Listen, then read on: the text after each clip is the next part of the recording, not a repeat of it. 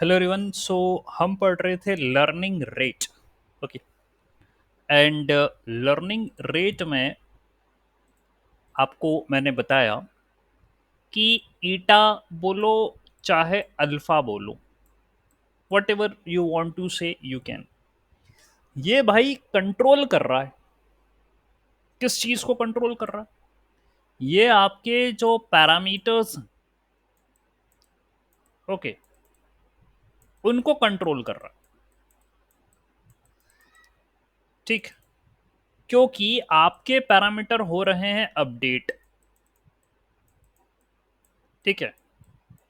And ये जो updation मुझे मिल रहा है, W माइनस अल्फा, एंड आपका ये ग्रेडियंट है जो कि लॉस को आप पार्शियली डिफरेंशिएट कर रहे हो विद रिस्पेक्ट टू वेट। तो ये ग्रेडियंट है। और ग्रेडियंट में आप जो है दो प्रकार की समस्याओं के बारे में सुन चुके हैं, पता है आपको। एक तो होता है वैनिशिंग, ठीक है, और एक होता है एक्सप्लोडिंग। ठीक है। ये दो प्रकार की प्रॉब्लम्स है। आपने मुझसे एलएसटीएम भी पढ़ा जनरेटिव यूआई में।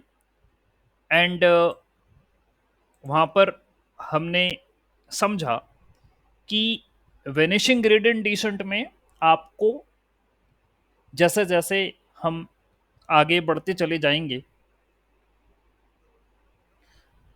हमारा ग्रेडियंट जीरो हो सकता है। और एक्सप्लोडिंग का मतलब यह है कि हाई हो सकता है। ठीक है। तो दोनों ही इशू है। अब उसके करस्पॉन्डिंग वो तो चलो ठीक है, अल्फा, ये लर्निंग, और इसी का मल्टीप्लिकेशन मेरे जो ग्रेडियंट निकाला गया, जो कि रेट ऑफ चेंज है loss with respect to weight, उसके मल्टीप्लिकेशन होने के कारण whatever be the value I am going to get, जिसका मैं एक्सपेक्टेशन कर रहा हूं, ज्यादा बड़ी नहीं होनी चाहिए। That's what I am expecting. ठीक है। तो वेट में जो चेंज है वो पार्शियल या मार्जिनल हो, ताकि मैं फ्लक्चुएट ना करूं। ठीक है। यदि रैपिड इंक्रीज या डिक्रीज होगा वेट में, तो आपका ये फ्लक्चुएशन माना जाएगा, वो प्रॉपर लर्निंग के अंडर में नहीं आएगी। तो इनको कंट्रोल करता है अल्फा। आपने प्रीवियस अल्गोरिदम्स ऑप्टिमाइजेशन के रिस्पेक्ट में पढ़ी, sir, batch gradient descent, mini batch gradient descent, खास करके आपने स्टोकेस्टिक ग्रेडियंट डिसेंट पढ़ा। हर एक पॉइंट पर ग्रेडियंट निकालने वाली बात थी। आपने इसको मोमेंटम के साथ मर्ज कर दिया, बोला कि हम एक पैरामीटर ले लेंगे और मोमेंटम लगाएंगे, जल्दी कोशिश करेंगे पहुंचने की। इसकी कुछ समस्या को देखते हुए आपने नेस्ट्रॉव बेस्ड मोमेंटम टेक्निक वो भी देख ली कि लुक अहेड का कॉन्सेप्ट आएगा, थोड़े आगे से काम करना शुरू करेंगे। कोई स्पीड है आपको मिल रही है, जल्दी पहुंचने वाली बात हो रही है। ठीक। तो क्विकली मिनिमा या कन्वर्ज कर दें अपन। ठीक। उसके बाद जब इस इक्वेशन पर नजर डाली आपकी, और उन्होंने कहा कि यार तुम जो है मोमेंटम इंट्रोड्यूस कर रहे हो, वी कर रहे हो आप इंट्रोड्यूस। ठीक। मेरे को जो फाइनल इक्वेशन मिल रही है, theta dash is equal to theta minus alpha V करके ऐसे मिल रही है मुझे इक्वेशन आखिरी में।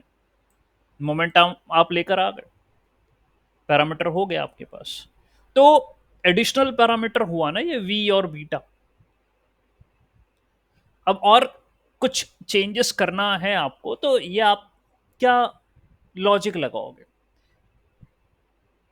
इक्वेशन भी आप देखें मेंटेन होनी चाहिए, पैरामीटर यदि नए लाओगे तो ओवरहेड बढ़ेगा, कॉम्प्लेक्सिटी बढ़ेगी। ठीक है, तो क्या करें फिर? मेरा अल्टीमेट गोल है स्पीड अप करना, ग्रेडियंट को मेंटेन रखना, एक्सप्लोड ना हो, वैनिश ना हो, मेंटेन रखना, और इस प्रक्रिया को स्पीड अप करना ताकि मैं जल्दी कन्वर्ट कर लूं। और क्या है आपके दिमाग में? और वेट के, क्योंकि इन पर ही डिपेंड करेगा वो, ग्रेडियंट पे, लर्निंग रेट पे, इन्हीं पे डिपेंड करेगा। मोमेंटम तो स्पीड के लिए, बस जल्दी जल्दी करो आप ये काम, ये जो कर रहे हो ये जल्दी करो, यही है वी। और क्या आपके दिमाग में कुछ हो तो फिलहाल अभी ऐसा नजर नहीं आ रहा। उन्होंने कहा यार अल्फा जो है ये आपका, कहा गया कि कांस्टेंट है, कांस्टेंट मत रखो, डायनामिक कर दो। और कई तरीके से उसने बोला अल्फा के रेस्पेक्ट में।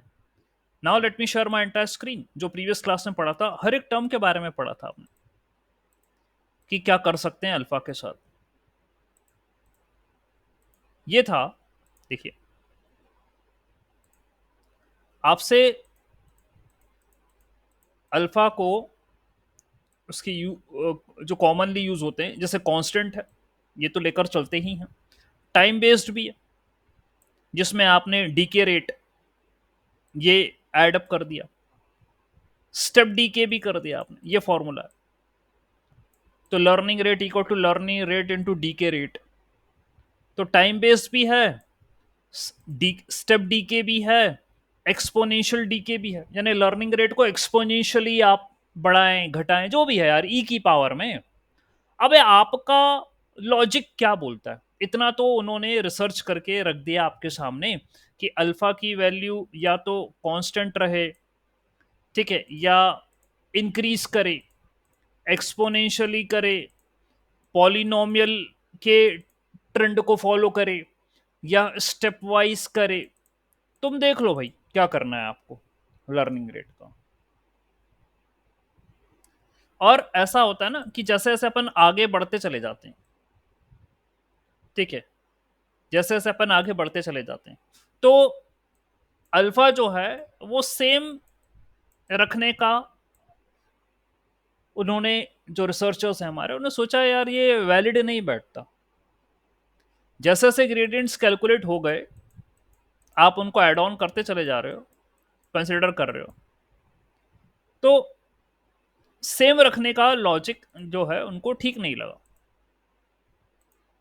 ठीक है, उसी को, क्योंकि यहां पर देखो क्वेश्चन था हाउ टू चूज राइट, उसके पहले कुछ और भी बातें थी अल्फा को लेकर। मैंने कहा था कि लर्निंग रेट कंट्रोल करता है ना, and the loss function is a mathematical function that measure the difference between predicted and the output, और उसी का ग्रेडियंट निकालते हो, वेट को अपडेट करना है आपका काम।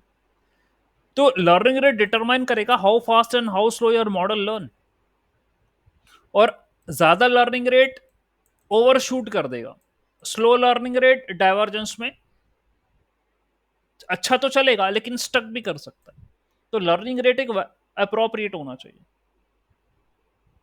तो इन्होंने कहा भाई, क्योंकि एक काम करो, डायनामिक करने का मतलब है कि शुरुआत में आपको आपकी मंजिल दूर लग रही है, तो लर्निंग रेट बढ़ा के चलो, थोड़ा सा गति में चलो, स्पीड में।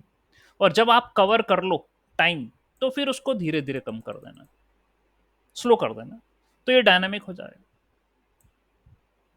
बाकी आपकी इच्छा। उसने ये आपको ध्यान में रखना है। आप भी कुछ इनपुट या अपना खुद का रिसर्च बना सकते हो, कह सकते हो कि लर्निंग रेट हमें लग रहा है कि कुछ इस अलग ट्रेंड को भी फॉलो करवाएं, तो शायद, क्या आपके हिसाब से आप लॉगरिथमिक टर्म, लॉगरिथमिक पैटर्न को फॉलो करवा सकते हो?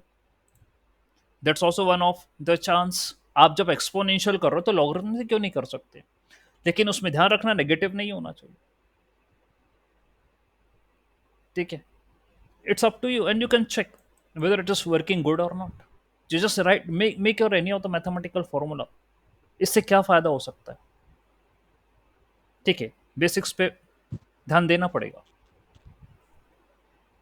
सर हाँ, यस बोलिए।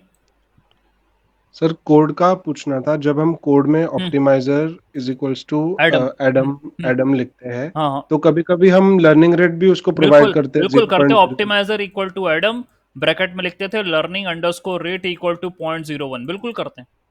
सर तो उस टाइम पे हम ऐसा कुछ करते हैं कि इस बार अगर हम स्पेसिफाई करें तो अभी तो कांस्टेंट रहेगा लर्निंग रेट, कि एडम है तो वो खुद ही नहीं, दूसरे एडम, इसमें। ये क्या होगा, एडम का फॉर्मूला है। आपने दिया तो अल्फा 0.1 ही है, लेकिन उसके डिनोमिनेटर में जैसे जैसे ग्रेडियंट्स निकलते हैं, एक्सपोनेंशियल मूविंग एवरेज और वो सब कैलकुलेट होता है, तो ये जो रेशो होता है ना, ये चेंज होता है।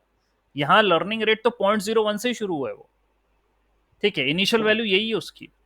But when the gradients are been calculated on the basis of Adam, मतलब जो भी है ये, यहाँ पर अल्गोरिदम लगेगी तो वो नीचे डिनोमिनेटर बढ़ते चले जाएगा। ऊपर 0.1 कांस्टेंट रहेगा, 0.01 कांस्टेंट रहेगा, नीचे डिनोमिनेटर शिफ्ट होता चला जाएगा, ठीक है। ऑल राइट, तो ओवरऑल ओके। जो है वो डायनामिक हो जाएगा, ये है, ठीक। ऐसा करते हैं अपन।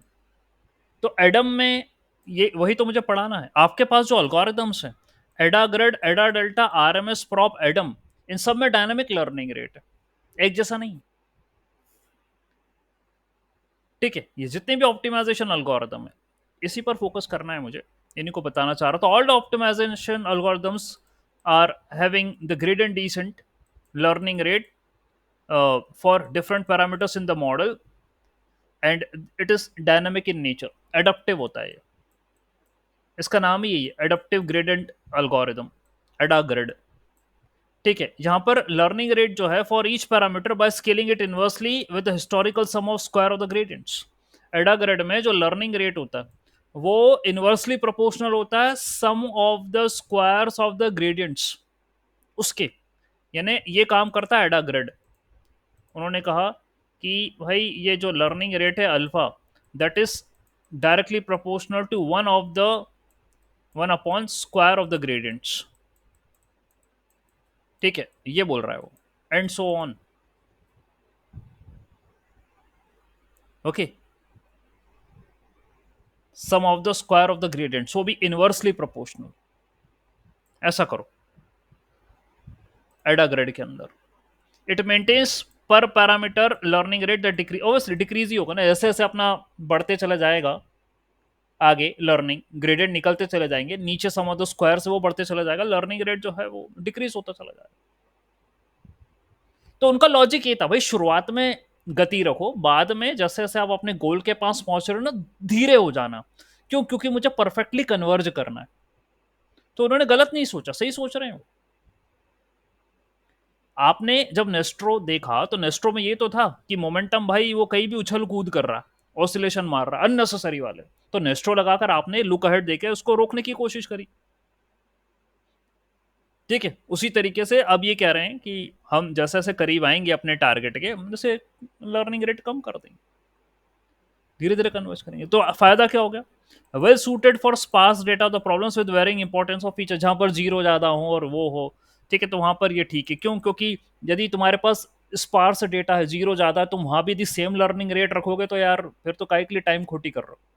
स्पार्स डेटा पे लर्निंग रेट सेम रहेगा तो कोई मतलब ही नहीं है। जहां पर जीरो ज्यादा है उनको सिखाना ही नहीं, जहां पे जीरो ज्यादा हो, लर्निंग रेट आपका कम हो गया, तो फटाफट सल्टाओ उन्हें, खत्म करो, उन पे ज्यादा फोकस नहीं करना। ऑटोमेटिक अपडेशन है लर्निंग रेट का, आपको थोड़ी ना ऑटोमेटिक है। तो जैसे वो देवेश बोल रहा है, सर आपने हम लिखते हैं optimiser equal to Adam learning underscore rate equal to 0.01, हाँ बस ठीक है, वो तो तुम दे रहे हो, कांस्टेंट देकर करके दे रहे हो तुम, ऑटोमेटिकली चेंज होता है वो। एडम की इक्वेशन ऐसी है, मैं बताऊंगा आगे, पहले ये तीन हो जाए फिर चौथा एडम है, ऑटोमेटिकली चेंज होता है वो। तो लिमिट फिर ये तो अभी एडा एडा ग्रेड की बात कर रहा हूं मैं, ठीक है, कि वो inversely proportional to the square of the sum of the gradients है एडा ग्रेड में। एंड फिर लिमिटेशन क्या है कि भाई ग्रेडियंटों को एक्यूमुलेट करके रखने का है मेरे को डिनोमिनेटर में, और जैसे जैसे एक्यूमुलेट करके रखूंगा ऐसा ना हो जाए कि भाई ये लर्निंग रेट क्योंकि इनवर्सली है और तुम ग्रेडियंट निकाल निकाल के रख रहे हो, उनका स्क्वायर कर रहे हो, उनका सम कर रहे हो, पता चला न्यूमरेटर वो तो आपका क्या है, 1 अपॉन लिख रहे हो ना आप, ग्रेडियंट का स्क्वायर का सम, यदि पता चला डिनोमिनेटर बढ़ गया तो ये पूरा रेशियो कितना हो गया, कम हो गया, 10:0 हो गया। क्यों? क्योंकि डिनोमिनेटर बढ़ा तो ओवरऑल रेशियो 10:0। तो हम कहीं ऐसा ना हो जाए कि एक तो स्लो कन्वर्जेंस से फंस जाए, और या कहीं वाली स्थिति वेनिशिंग ग्रेडियंट में ना फंस जाए, एक वो भी लफड़ा है यहाँ पर वेनिशिंग में। तो कम तो करना है, लेकिन ये भी ध्यान रखें कि ठीक है स्पीड एक कम से कम वैलिड तो रहे कि पहुंच जाए टाइम पे। तो शुरुआत में तो आप चले अच्छे से, बाद में जैसे जैसे ग्रेडियंट नीचे ऐड होते चले गए, उनका स्क्वायर सम होते चला गया, तो नीचे डिनोमिनेटर बढ़ गया। और क्योंकि डिनोमिनेटर बढ़ गया, तो तुम अल्टीमेटली इसने कहा ना इनवर्सली प्रोपोर्शनल टू दिस, उसको वो बाद में ऐसे ही कर देता है। ये अल्फा अपॉन इनवर्सली है ना, तो यार उसको नीचे लिख दो डिनोमिनेटर में, और क्या मतलब हुआ इसका, ये लिख दो। तो ये आपका ऑटोमेटिकली डायनेमिक हो गया। क्यों? ये ग्रेडियंट निकलते चले जाएंगे ना हर एक पॉइंट पे। अल्फा तो वही रहा 0.01, ग्रेडियंट हर पॉइंट पे निकलेंगे, उनका स्क्वायर करके सम करना है। तो ये जो होगा ये रेशो स्लो होगा, मतलब कम होती चली जाएगी वैल्यू लर्निंग रेट की, 0.01 से 0.001 और धीरे धीरे कम होगी। बस वो लफड़ा उनका ये कि भाई तुम कम पे कम इतनी कर रहे हो, ज्यादा कम मत कर देना कि तुम कन्वर्ज ही नहीं कर पा रहे हो, ये इसका ड्रॉबैक है। तो फायदा ये रहा कि इनिशियली तो अपन स्पीड में चले, बाद में अपन स्लो हो गए क्योंकि कन्वर्ज करना था। लेकिन ये वैनिशिंग वाले लफड़े में फंस सकते, एडागर्ड की ये परेशानी थी। लेकिन विजन तो दे दिया ना, हमें विजन से मतलब है, हमें कोई विजन दे दे, बाद में तो हम अपना दिमाग लगाएंगे करने के लिए। ठीक, तो फिर क्या हुआ नेक्स्ट? नेक्स्ट ये हुआ एडा डेल्टा आया, एडाप्टिव डेल्टा एल्गोरिदम। इसने क्या बोला, ये भी यही काम करता था, लर्निंग रेट को जो क्या करना है, वो करना है, इसे भी डायनामिक रखना है। लेकिन ये कहता है कि भाई मैं अक्यूमुलेट करके नहीं रखूंगा स्क्वायर ऑफ द ग्रेडियंट, आप एक्यूमुलेट करके रखते हो। तो एडा ग्रेड में दो बात थी, एक तो ये स्क्वायर ऑफ द ग्रेडियंट करना और उनको प्रिजर्व करके भी रखना। अच्छा, प्रिजर्व करना क्यों जरूरी है? इसलिए जरूरी कि भाई it is having an information. प्रिजर्वेंस आपने मोमेंटम में भी देखा था, नस्ट्रो में भी देखा था, आपने कहा था कि भाई वो जो वी की वैल्यू निकालते हो ना तुम, वो वी में ही आपके पास जो होता है वो ग्रेडियंट भी आता है।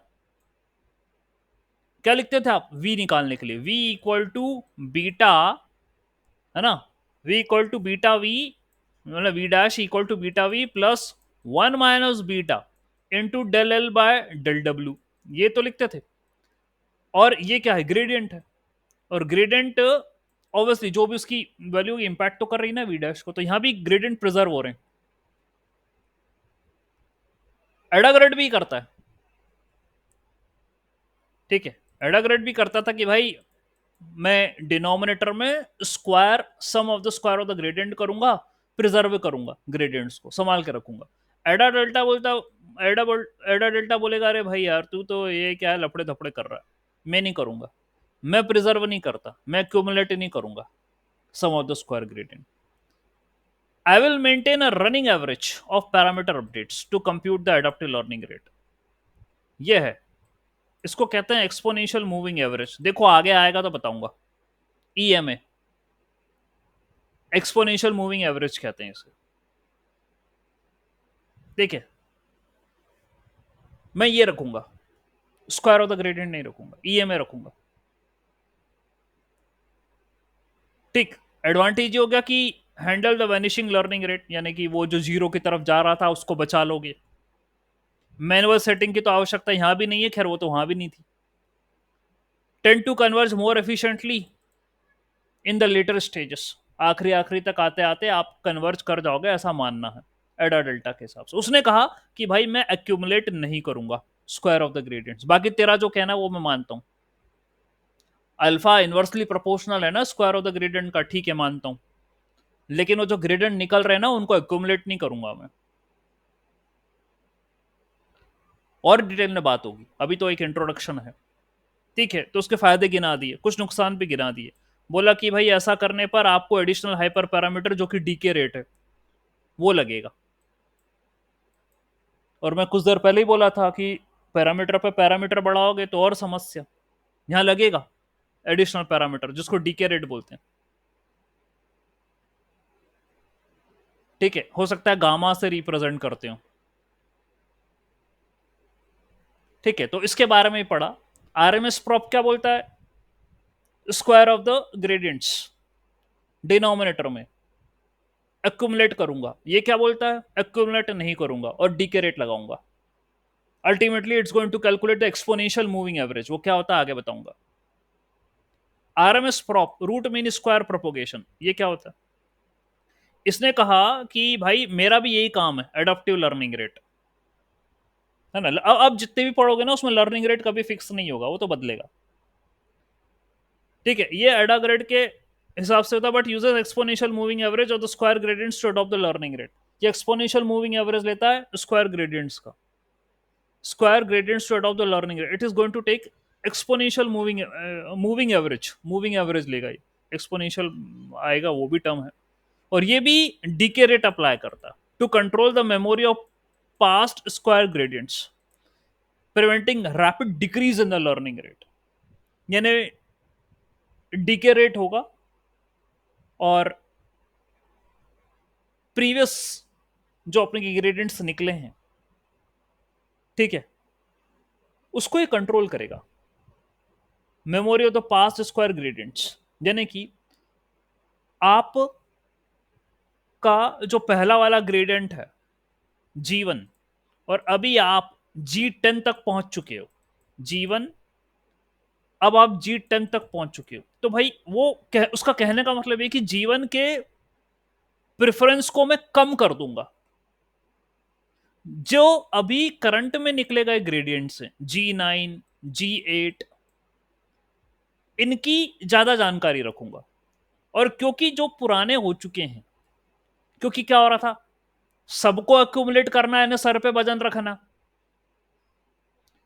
तो उसने इनके साथ डीके रेट लगा दिया। मैं यदि यहां तक आ चुका हूं तो जो रीसेंट वाले हैं उनकी तो अपन जानकारी अच्छे से रखेंगे, जो पुराने हो चुके हैं भाई उनको कम कर दो। और ज्यादा आगे बढ़ूंगा तो हो सकता है मैं भूल भी जाऊं कि क्या हुआ था, मेरे को कौन सी पुरानी बातें याद है। तो इस प्रकार की अप्रोच आपने दूसरी भी एल्गोरिदम्स के अंदर देखी है। तो ये खेल क्या चलता है पूरा, ये architecture, machine learning, deep learning, artificial intelligence, वो आपको चिल्ला चिल्ला कर ये बोलते हैं आर्किटेक्चर, ऑप्टिमाइजेशन, रिसोर्स। ठीक है, आपके पास क्या ऐसी नई अप्रोच है जिससे आप अपने प्रॉब्लम को ऑप्टिमाइज कर लोगे? ऑप्टिमाइजेशन यानी नंबर ऑफ कंप्यूटेशनल स्टेप्स कम कर दोगे, मेरे रिसोर्स का यूटिलाइजेशन कम कर दोगे, तो ऑप्टिमाइजेशन हो गया। तो ऐसी कौन सी लेयर जोड़ दोगे तुम तुम्हारे कोड के अंदर जिससे काम कम हो जाए? दूसरी, मेरी स्पीड और एक्यूरेसी बढ़ जाए। बस, मैंने पहले भी बोला था और आज भी ये बोल रहा हूं, यही रिसर्च है।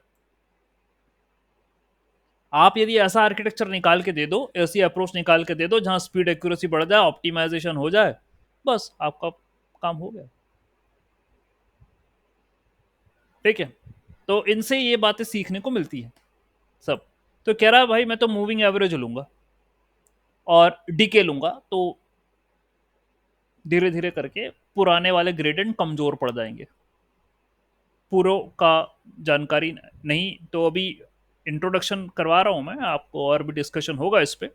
एडवांटेज ये है कि लर्निंग रेट डीके जो है, that is with the help of moving average. Okay, fine. हाँ, यस, वी कॉल इट एडा डेल्टा और आरएमएस प्रॉप। इसी में झोलमाल है देवेश, जो तुम सवाल पूछ रहे हो ना, इसी में झोलमाल है कि इसको एडा डेल्टा बोलूं या एडा ग्रेड, तो चलो ठीक है वो पुराना हुआ, या इसको आरएमएस प्रॉप बोलूं। तो एडा डेल्टा आरएमएस प्रॉप में लगभग सेम चीजें हैं, आप नियरली इक्वल मान लो इनको, एडा delta and RMS prop, RMS propagation. बस इसमें आरएमएस प्रोपोगेशन में ऐसा है, वो रूट मीन स्क्वायर करेगा, ये अंडर रूट ऑफ G1 का स्क्वायर प्लस G2 का स्क्वायर प्लस G3 का स्क्वायर एंड सो ऑन, ऐसा करके चल रहा है। और वेट डीके, डीके वहां भी था, डीके यहां पर भी। हो सकता है मूविंग एवरेज उसने वहां पर भी बोला और यहाँ पर भी बोला, ये तो क्लियर बात है। वहां भी वो कह रहा था कि मैं एक्यूमुलेट नहीं करता ग्रेडियंट्स को, ये बोल रहा था। ठीक है, और running average of the parameter, तो लगभग दोनों सेम ही है, एडा डेल्टा और आरएमएस प्रॉप। हम मैथमेटिकली इनके फॉर्मूले और चेकआउट कर लेंगे, आपको पता चल जाएगा कि क्या हुआ। ठीक, तो भाई समरी में आपको ये कह दिया कि ये तीनों ही अडॉप्टिव लर्निंग रेट के लिए हैं, ऑप्टिमाइजेशन कर रहे हैं। हिस्टोरिकल इंफॉर्मेशन जो है ग्रेडियंट की, ठीक है, वो इम्फोसाइज करते हैं, resulting in particularly diminishing the learning rate. Adagrad ये काम करता था कि हिस्टोरिकल इंफॉर्मेशन भी रख के रखता था, तो लफड़ा हो रहा था, उसकी जगह हमने डीके लगा दिया। ठीक है, तो बात अपनी बन गई है। तो एडा डेल्टा एड्रेस करता है लिमिटेशन ऑफ एडा ग्रेड। जो एडा ग्रेड का लफड़ा था वो एडा डेल्टा जो है वो सॉल्व करने की कोशिश करता है by taking running average. RMS prop भी रनिंग एवरेज या मूविंग एवरेज लेता है, डीके फैक्टर लेता है, to prevent the learning rate from decreasing too rapidly, and has been successful in wide range of deep learning applications. तो कुछ बातें आपको थोड़ी सी परेशान करने वाली अभी हो सकती हैं, फॉर्मूला देखा नहीं, क्या इक्वेशन है ये भी बताई नहीं, सिर्फ थ्योरेटिकल बात हुई है। ठीक है, और इलॉबरेट करते हैं, एक्सप्लेन करते हैं क्या मैटर चल रहा है। ठीक, तो let me pick up another notes. Adagrad पर फिर आते हैं। तो हमारे एडा ग्रेड बोलते थे कि अडप्टिव ग्रेडियंट करना है हमको, लर्निंग रेट अडप्टिव करना है, एफिशिएंट एल्गोरिदम है। ठीक है, और उससे फायदा हो जाएगा। ठीक है, अब ठीक है, ये थ्योरी वोरी तो आप पढ़ लेना, ये आपके ऊपर है। ठीक है, आप ये पढ़ लीजिएगा। एडा ग्रेड में आपने प्रीवियस नोट्स के हिसाब से inversely proportional to the square of the gradients की बात कर ली। There are three main problems that arise. एक तो लर्निंग रेट, क्योंकि आपने बोला ना इनवर्सली प्रोपोर्शनल, तो अल्फा के नीचे ही आएगा, मैं पहले भी बता चुका हूं, डिक्रीज होगा, लर्निंग रेट कम होगा। The learning rate in the late training period is very small. आखिरी तक आते आते भैया ये बहुत धीरे हो जाएगा और कम हो जाएगा, क्योंकि तुम्हारा यदि डेटा बड़ा, यदि क्योंकि यार डीप लर्निंग तो बड़े डेटा पे काम करते हो, तो उससे स्वाभाविक सी बात है। तो यदि तुम्हारे डेटा बड़ा और तुम एडा ग्रिड यूज कर रहे हो, तो आखिरी तक आते आते तो लर्निंग बहुत स्लो हो जाएगी। क्यों? क्योंकि डिनोमिनेटर बहुत बड़ा हो जाएगा, और लर्निंग रेट न्यूमरेटर वाला बेचारा उतना कि उतना नहीं, 0.01, और तुम उसको डिवाइड करते चले जा रहे हो, तो लर्निंग, ओवरऑल लर्निंग कम हो जाएगी। ऐसे में कन्वर्ज करने की दिक्कत, क्या करें, इशू है। ठीक, तो इन्होंने कहा कि ये जो अल्गोरिदम है, लर्निंग रेट को चेंज करने वाली जो है आपकी टेक्निक, ठीक है, the learning rate changes during the each update, it will decrease the weight, कम करेगा वेट को, और अपडेशन होगा। ठीक है, और स्क्वायर ग्रेडियंट्स कैलकुलेट होते हैं आपके, क्योंकि इक्वेशन तो यही है, W dash is equal to W minus alpha del L by del W. तो भाई आप जो है वेट को अपडेट कर दो, और जो ग्रेडियंट निकाला है उसको प्रिजर्व कर देना, इसका स्क्वायर करके, है ना, del L by del W का स्क्वायर करना आप, इसको मुझे प्रिजर्व करना है, ये देखो ऐसा करके।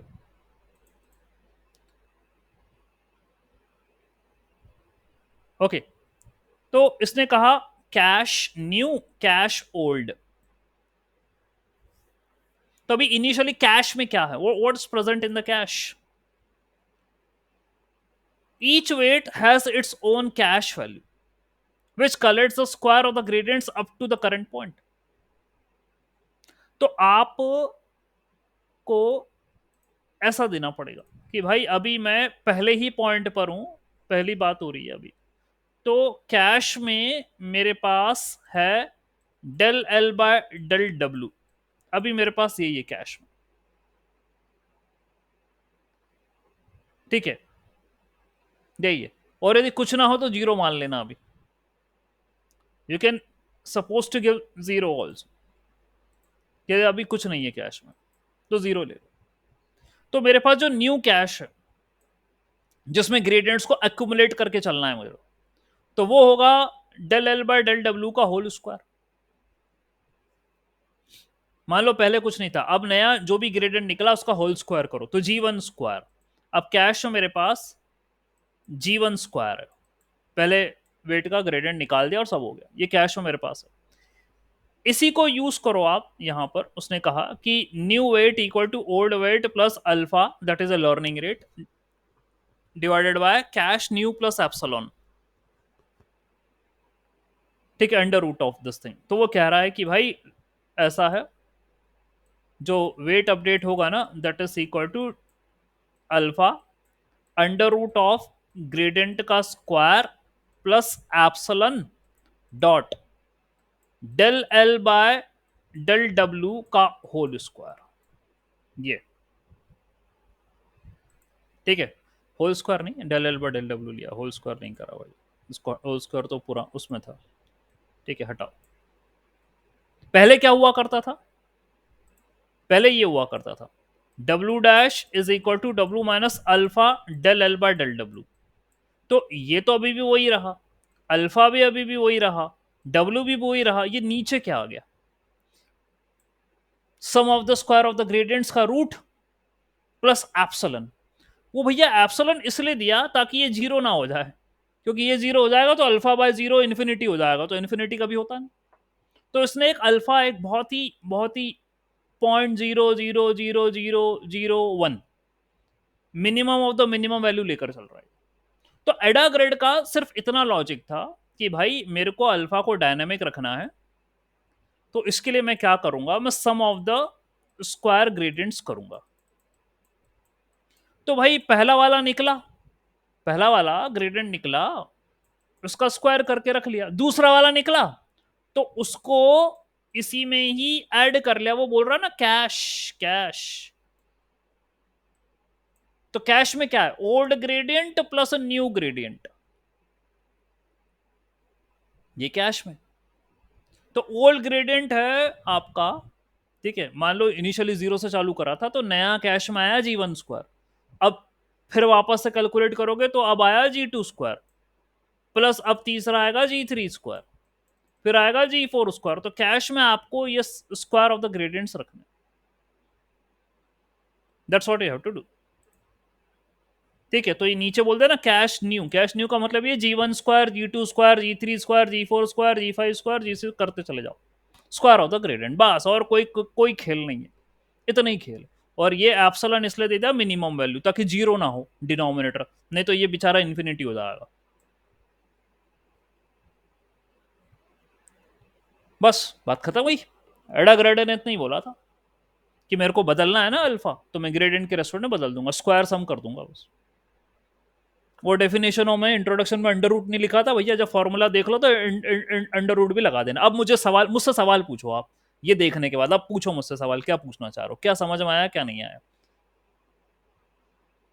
पूछे क्या पूछना चाहते हो।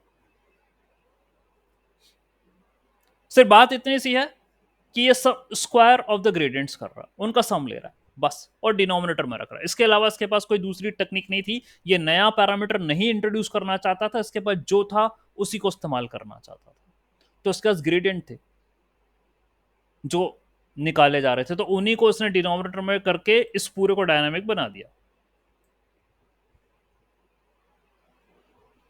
पूछिए यदि आपको कहीं डाउट आ रहा हो तो।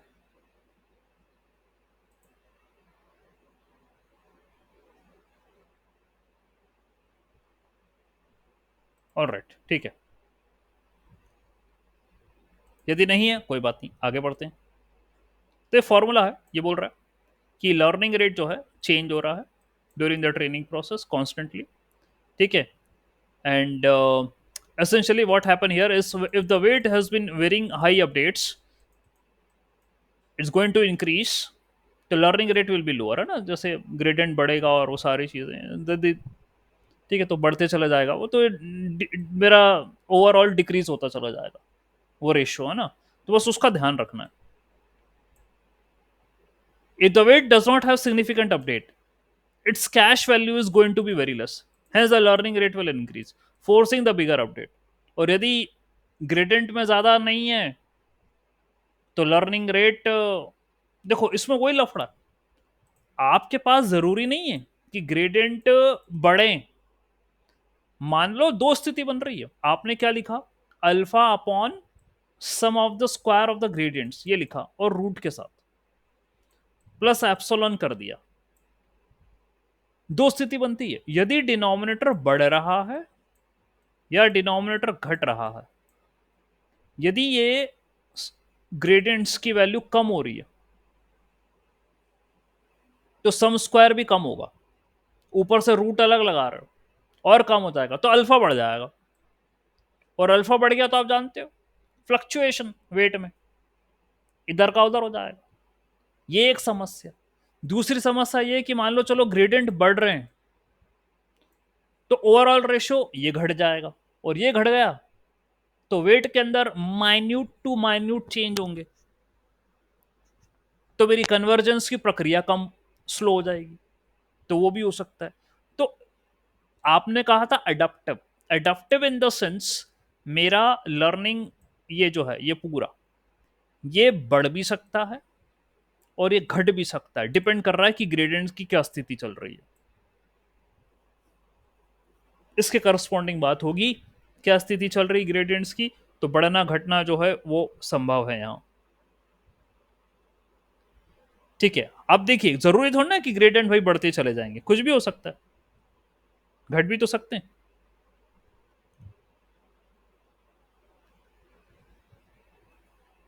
ठीक है, तो ये उसने बोला। फिर तो डिसएडवांटेज क्या हो गया इस एल्गोरिथम का, the cash will always increase by certain amount because the square can not be negative, square हो तो नेगेटिव तो होगा नहीं, थोड़ा थोड़ा सा अमाउंट से होगा। The learning rate of all the weights eventually drop to very low until the training is less intensive. तो यदि मान के चलो कि पॉजिटिव ही हिसाब किताब है, सब कुछ बढ़ ही रहा है नीचे डिनोमिनेटर, तो भाई लर्निंग रेट तुम्हारा घट सकता है आखिरी आखिरी आते आते तक। तो एडा ग्रेड में आपको इतना ही याद रखना है कि स्क्वायर ग्रेडियंट्स करेंगे, सम करेंगे और उसको डिनोमिनेटर में रखेंगे, बस समस्या आपको बता दी मैंने। इसको ओवरकम करने के लिए एडा डेल्टा भाई आ गए, उन्होंने कहा अच्छा रुको, तुम्हारी समस्या हम समझते हैं। आपने कहा ना कि लर्निंग रेट कम होता चला जाएगा और तुम कन्वर्ज ही नहीं कर पाओगे आखिरी तक, सोच तो तुम्हारी बहुत अच्छी है, लेकिन कुछ किया जा सकता है।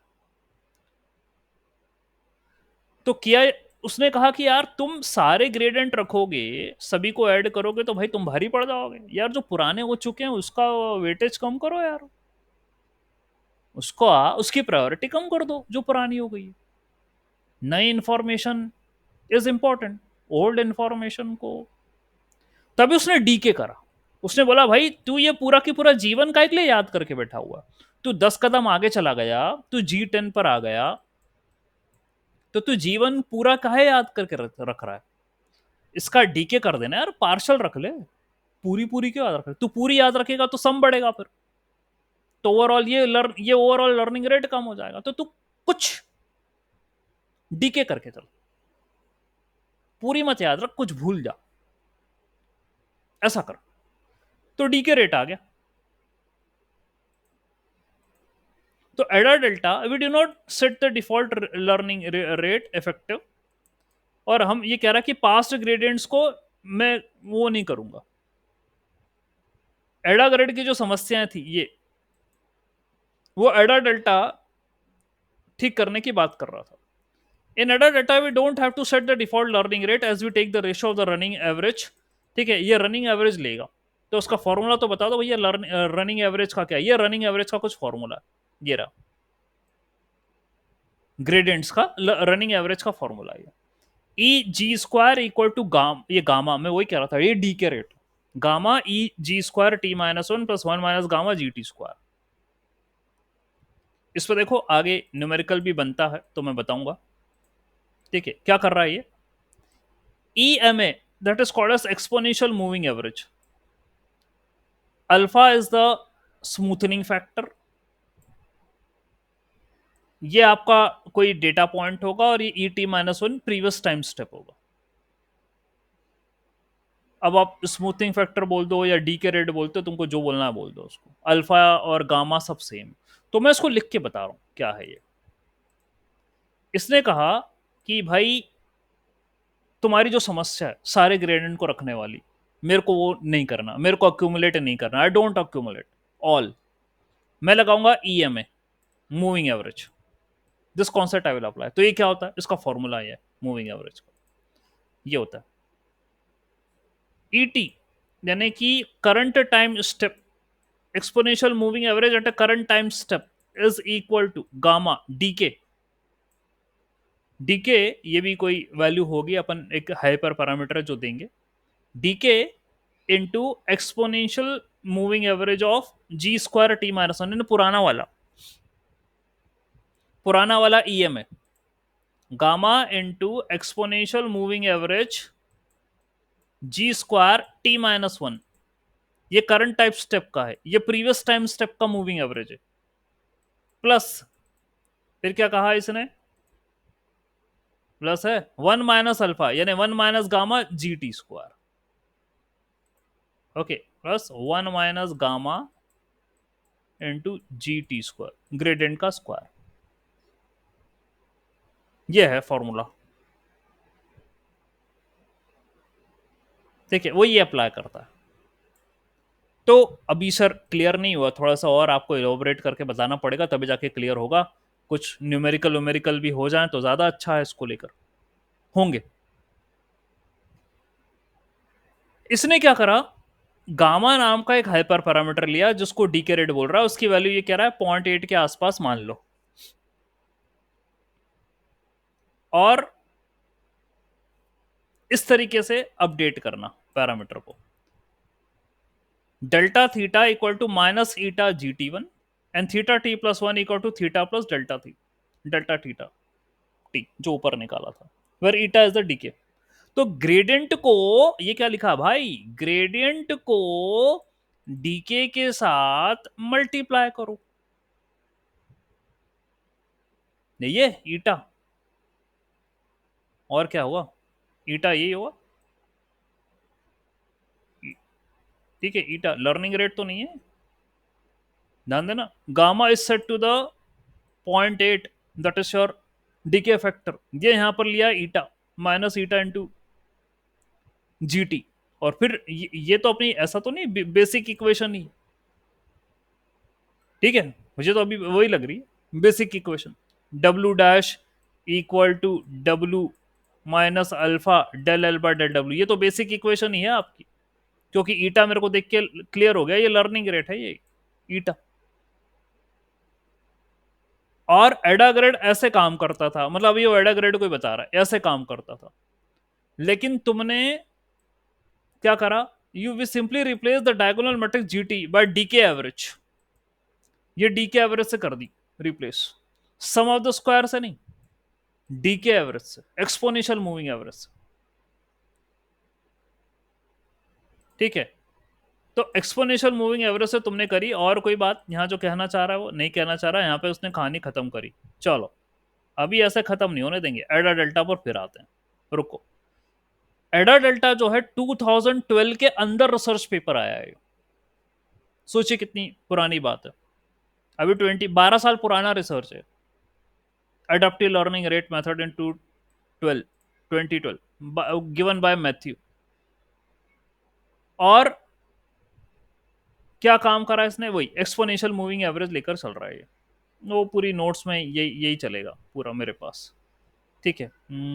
कहीं पर कोई बेटर आपको मिल रहा हो, हाँ ये रहा, ठीक है। एंड इस पर मुझे न्यूमेरिकल मिल जाए तो और अच्छी बात है, नहीं मिला, ओके न्यूमेरिकल है मेरे पास, आई डिड एक्सप्लेन, चलो नहीं मैं देख लूंगा, कोई बात नहीं, ओके। यहाँ पर अपन देखते हैं, ओके, और एम एस प्रॉप आ गया, क्योंकि ज़्यादा अंतर है नहीं, ठीक है, रुको मैं बता रहा हूँ। ये है ग्रेडियंट, ठीक है, del L by del theta, ये ग्रेडियंट है, ठीक। आपको क्या करना है, अपडेट एक्यूमुलेटर, कैसे अपडेट करना है? ये है डीके, इसको मल्टीप्लाई करना है पुराने वाले एक्सपोनेंशियल मूविंग एवरेज से plus 1 minus decay into gradient का स्क्वायर, ऐसे करना है। ठीक है, and calculate the parameter update denoted by theta, delta theta. जो पैरामीटर अपडेट होगी, new parameter update, it's given by this thing. Parameter update यानी जो डब्ल्यू डैश होगा वो निकाला जाएगा कुछ ऐसे, बाय दिस, जहां पर ये जो ऊपर वाली टर्म है ई थीटा स्क्वायर, ये होगा आपका अडॉप्ट द लर्निंग रेट, और ये होता है adopt the learning rate based upon historical gradients. तो ये जो नीचे वाली टर्म है ये तो हमारा एडा ग्रेड भी करता था, नीचे हिस्टोरिकल ग्रेडियंट्स को स्क्वायर सम करता था। That's what it do. ठीक, तो भाई क्या चेंज आया? ऐसे हम अपडेट करते थे अपने पैरामीटर को, अब हमने ई थीटा स्क्वायर ये और चीज इंट्रोड्यूस कर दी। ठीक है, E theta square, that's what I introduced here. Okay fine, है ना? तो ये ले लिया हमने।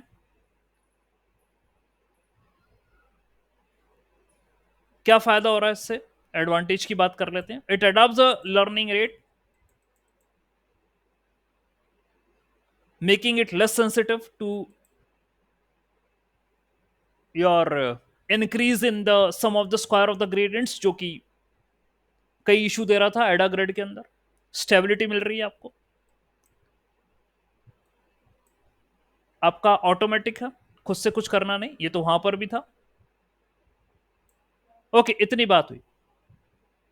डिसएडवांटेज है मेमोरी इन कंप्यूटेशनल ओवरहेड, क्योंकि आप डीके रेट लेकर चल रहे हो, एक गामा भी लेकर चल रहे हो, एडिशनल डीके रेट है वो लेकर चल रहे हो। हाइपर पैरामीटर ट्यूनिंग में उस गामा को भी जो है वो इस्तेमाल करना पड़ेगा, ये काम करना पड़ेगा। तो एडा डेल्टा जो है एक्सटेंशन है एडा ग्रेड का, जो कि सॉल्व करता है डिमिनिशिंग लर्निंग रेट को। जो आपका लर्निंग रेट जीरो की तरफ जा रहा है उसको इंप्रूव करना है मुझे, कम हो रहा है उसको इंप्रूव करना है, उसको खत्म नहीं होने देना, उसको जीरो नहीं होने देना है। ठीक है, तो इसने क्या करा, ये वाली प्रोसेस को फॉलो अप करा। ठीक है, कौन सी वाली? एक्सपोनेंशियल मूविंग एवरेज लिया, ईएमए। ठीक है, इसको कंसिडर कर रहा है, और आगे नीचे यहां फॉर्मूला भी दिया है शायद कहीं, ये रहा, इसको याद रखिएगा। एक्सपोनेंशियल मूविंग एवरेज क्या होता है? Exponential moving average of the square gradients.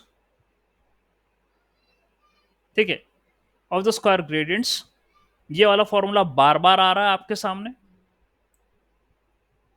क्योंकि यही यूज में आया है। ठीक है, तो इतना आपको काम करना है, लर्निंग रेट अडॉप्ट हो जाएगा इसके corresponding, but you have to focus upon this term, क्योंकि एक यही चीज है जो एडा डेल्टा के अंदर आई है, एक्सपोनेंशियल मूविंग एवरेज वेट, मतलब डीके फैक्टर, ये गामा वाला, ये है मैटर यहां। अब now the question is sir कि आप पहले कुछ कुछ क्वेश्चन हमारे मन में आए हैं, कुछ कंसर्न्स आई है। आप फाइनल फॉर्मूला क्या है एडा डेल्टा का, क्या ये बताएंगे? एडा डेल्टा का फाइनल फॉर्मूला क्या है? एडा ग्रेड का तो हमको पता था कि W dash is equal to W minus alpha, आपका सम ऑफ द ग्रेडियंट्स होता है का स्क्वायर होता है प्लस एप्सिलॉन होता है, del L by del W होता है, ये तो हमको पता है। यह एडा ग्रेड का था। एडा डेल्टा का आप क्या फाइनल फॉर्मूला कर रहे हो, क्या बताना चाह रहे हो फाइनल? तो W dash is equal to W minus alpha, ऐसा तो नहीं, यहां पर अंडर रूट ऑफ ईएमए कर रहे हो आप, exponential moving average of the gradients, plus epsilon del L by del W. इतना इतना जो है ये आपका एडा डेल्टा का फॉर्मूला है। यही कह रहे हो क्या? ये नीचे ग्रेडियंट के स्क्वायर की जगह एक्सपोनेंशियल मूविंग एवरेज से रिप्लेस कर दूं, ये कह रहे हो? या नीचे तो ग्रेडियंट का स्क्वायर है ही, एक्सपोनेंशियल मूविंग एवरेज ऊपर मल्टीप्लाई कर दूं, क्या ये तो नहीं करना? ओके, क्या क्या फाइनल आपका फॉर्मूला बन रहा है? कहीं ऊपर नजर आया आपको फॉर्मूला? क्या बनते हुए नजर आ रहा है? यहां पर देखो, यहां भी कुछ नहीं कहा। ठीक, देन ये ये कहा गया, ये वाला ये, कि इस तरीके से वेट अपडेट होंगे, यानी एक्सपोनेंशियल मूविंग एवरेज न्यूमरेटर में आएगा और सम ऑफ द ग्रेडियंट वो डिनोमिनेटर में आएगा। यानी हमें ऐसा लग रहा है कि सर फॉर्मूला कुछ ऐसा बन रहा है, ये W dash is equal to W minus alpha into exponential moving average वाली टर्म, ग्रेडियंट के स्क्वायर वाली term, into del L by del W, ऐसा लग रहा है। ये है आपका ईएमए। और ईएमए यदि आप निकाल रहे हो तो आप ये कह रहे हो कि भाई पुराना ईएमए का ग्रेडियंट का स्क्वायर प्लस वन माइन, ये गामा से मल्टीप्लाई करो, गामा इंटू पुराना और plus one minus gamma into gradient का स्क्वायर, ये है आपका exponential moving average of current time step, EMA of T. तो अभी भी सर एक्सपोनेंशियल मूविंग एवरेज का हमें लॉजिक समझ में नहीं आ रहा।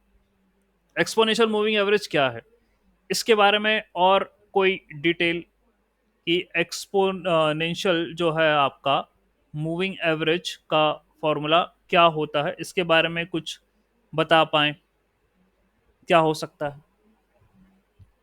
Any idea, do you have?